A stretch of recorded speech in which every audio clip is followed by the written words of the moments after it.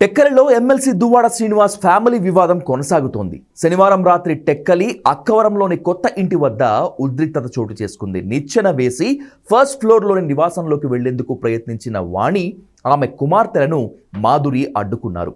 పైనుంచి నిచ్చెనను నెట్టేసిన మాధురి పైకి రానివ్వను అంటూ బూతులు తిట్టారు. ఆ తర్వాత కేకలు వేసుకుంటూ అసభ్య పదజాలంతో ఒకరిపై ఒకరు విరుచుకుపడ్డారు. ఆ తర్వాత అర్ధరాత్రి కొత్త ఇంటి నుంచి వెంకటేశ్వర కాలనీలోని ఇంటికి వాణి, ఇద్దరు కుమార్తెలు వెళ్లిపోయారు. ఇక్కడే ఎవరూ ఊహించని పరిణామం ఒకటి చోటు చేసుకుంది.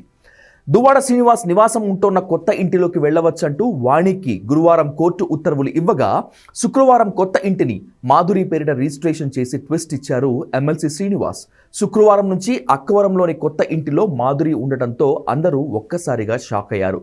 కోర్టు ఉత్తర్వుల నేపథ్యంలోనే శ్రీనివాస్ మాధురి పేరిట ఇంటిని రిజిస్ట్రేషన్ చేశారని మండిపడుతున్నారు వాణి.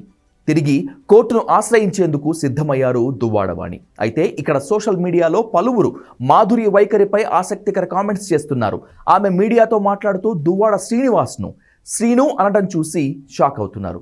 గతంలో సీనుగారు అంటూ మాట్లాడిన ఆమె ఇల్లు రాసిచ్చిన తర్వాత సీను అంటోందని, ఆస్తి కోసమే ఆయనతో ఉంది అంటూ ట్రోల్ చేస్తున్నారు. అలాగే తన ఇంటికి వాణి, శ్రీను వాళ్ల కూతుళ్ళు వచ్చారంటూ ఆమె కామెంట్స్ చేయటం చూసి కంగు తిన్నారు అందరూ. దువ్వాడను చూస్తే జాలేస్తోంది అంటూ సెటైర్లు వేస్తున్నారు నెటిజన్లు.